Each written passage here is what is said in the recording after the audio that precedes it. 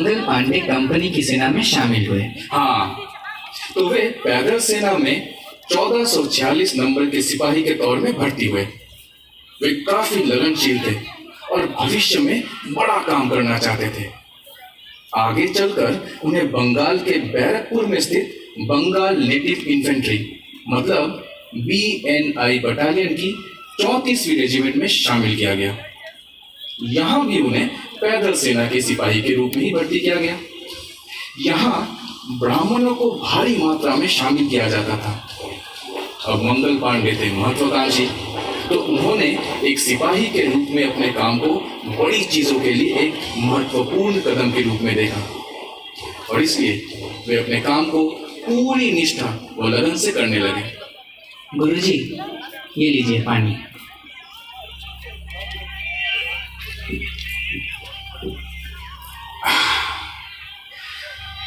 हाँ, वैसे हाँ, मंगल पांडे धार्मिक जरूर थे, लेकिन धर्म के कुप्रथाओं के खिलाफ भी थे। उस जमाने में कुछ हिंदू परिवारों में एक अजीब सी मान्यता थी। माना जाता था कि अगर किसी पुरुष को उसके मृत्यु के ठीक पहले किसी नाबालिग कन्या से विवाह कर दिया जाए और उसके मृत्यु के बाद उसकी जलती चिता पे उस विधवा को जिंदा जला दिया जाए, तो उस पुरुष के लिए और उस विधवा के लिए स्वर्ग का रास्ता तय है। इस भयानक प्रथा को सती प्रथा कहते थे। वैसे सन 1829 में तब के बंगाल के fort winner Lord William Bentinck, जो आगे चलकर 1834 में भारत के पहले गवर्नर जनरल भी बने, राजा राम मोहन राय का खूब साथ दिया और सती प्रथा को पूरी तरह खत्म करने के लिए एक कानून भी लागू किया। पर हमारा दुर्भाग्य, ये प्रथा पूरी तरह से खत्म नहीं हुआ था। कई परिवारों में तब भी इस प्रथा को जारी रखा गया। मंगल पांडे ने इसके खिलाफ भी आवाज उठाई। उधर देश अंग्रेजों के गुलामी के आग के लपेटों में था, इधर मंगल पांडे के मन में अंग्रेजों के खिलाफ धीरे धीरे आग खोल रहा था। कंपनी भारतीयों को सेना में भर्ती जरूर करवाती थी, लेकिन भारतीयों और अंग्रेजों में स्पष्ट रूप से भेदभाव भी करती थी और ये बात मंगल पांडे के लिए स्वीकार करना असंभव था।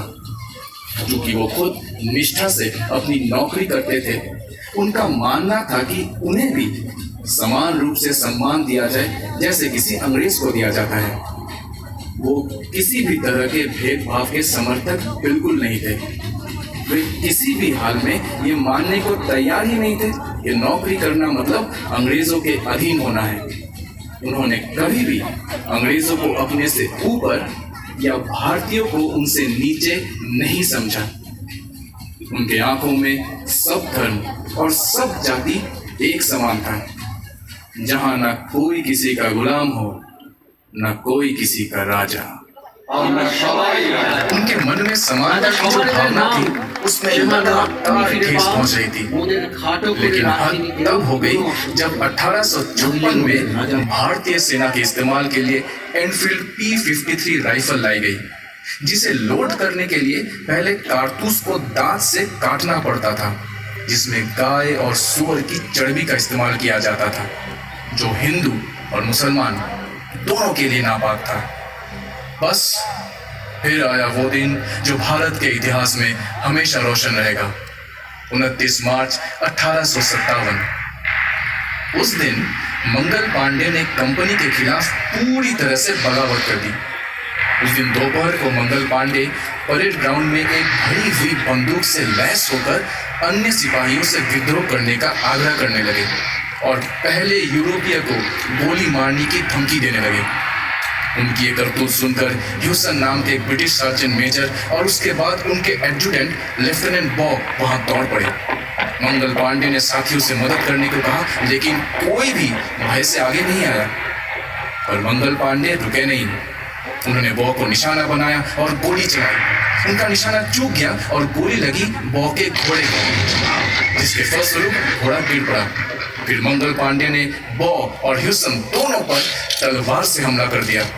वहां मौजूद भारतीय सैनिकों ने भले ही मंगल पांडे का उस दिन साथ न दिया हो, लेकिन उनमें से कोई भी अंग्रेज अफसरों की मदद के लिए आगे भी नहीं आया। किसी तरह वो दोनों अंग्रेज अफसर वहां से बच निकले। इसी बीच डिवीजन के कमांडिंग अफसर मेजर जनरल हेयर से मैदान में दौड़ पड़े। उन्होंने अपनी पिस्टल हवा में लहराते हुए उनका हुक्म मानने के लिए सिपाहियों को चेतावनी दी, और इस बार सैनिकों ने उसकी बात सुनी। अंततः मंगल पांडे ने बंदूक की नली अपने सीने की तरफ करके अपने पैर की उंगली से बंदूक का खोड़ा दबा दिया, लेकिन उनकी मृत्यु नहीं हुई। उन्हें तुरंत गिरफ्तार कर अस्पताल भेज दिया गया। 6 अप्रैल 1857 को मंगल पांडे का कोर्ट मार्शल शुरू हुआ, जहां उन्होंने स्वीकार कर लिया कि इस मामले में उनका कोई साथी नहीं है और उन्होंने अपनी पहल पर विद्रोह किया है। और इस तरह सिपाही नंबर 1446 मंगल पांडे को मौत की सजा सुनाई गई। फांसी के लिए 18 अप्रैल 1857 की तारीख तय की गई, लेकिन अंग्रेजों को डर था कि तब तक विद्रोह देश के दूसरे इलाकों में न फैल जाए। इसीलिए तय समय से 10 दिन पहले, यानी 8 अप्रैल सुबह 5:30 बजे ही उनके साथी सैनिकों के सामने 30 वर्ष की कम उम्र में ही मंगल पांडे को फांसी दे दी गई।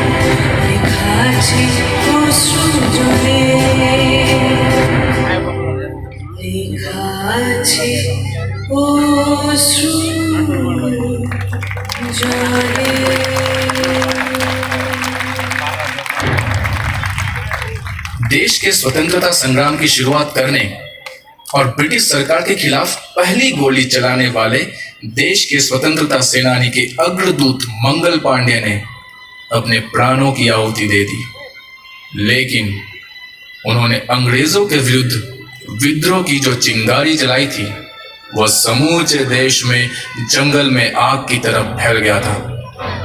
मंगल पांडे द्वारा 1857 में बोया गया क्रांति का बीज 90 साल बाद 1947 में आजादी के वृक्ष के रूप में तब्दील हो गया। भारत की स्वतंत्रता की यात्रा सरल नहीं रही थी। 15 अगस्त 1947 को हमें स्वतंत्रता मिली क्योंकि हजारों स्वतंत्रता सेनानियों ने अपना सर्वोच्च बलिदान दिया। वे सब मानव शरीर में जन्म लिए जरूर थे, पर वे सब देवता समान ही हैं। जब किसी में अंग्रेजों के खिलाफ आवाज उठाने की हिम्मत तक नहीं थी, ऐसे में यह मंगल पांडे थे, जिन्हें भारत का पहला स्वतंत्रता सेनानी कहा जाता है, अंग्रेजों के खिलाफ विद्रोह करने का साहस किया। उनके वीरता और बलिदान का ही फल है जो आज हम खुली हवा में सांस ले पा रहे हैं। और इसलिए हमारा कर्तव्य बनता है कि उन सभी वीर पुत्रों के बलिदानों का सम्मान कर अपने देश को सदैव उन्नति के पथ पर ले चलें। इसके लिए हम सभी भारत माता के सपूतों को बारंबार नमन करते हैं और उनके प्रति कृतज्ञता प्रकट करते हैं। भारत मां के प्रथम शहीद मंगल पांडे को कोटि कोटि नमन।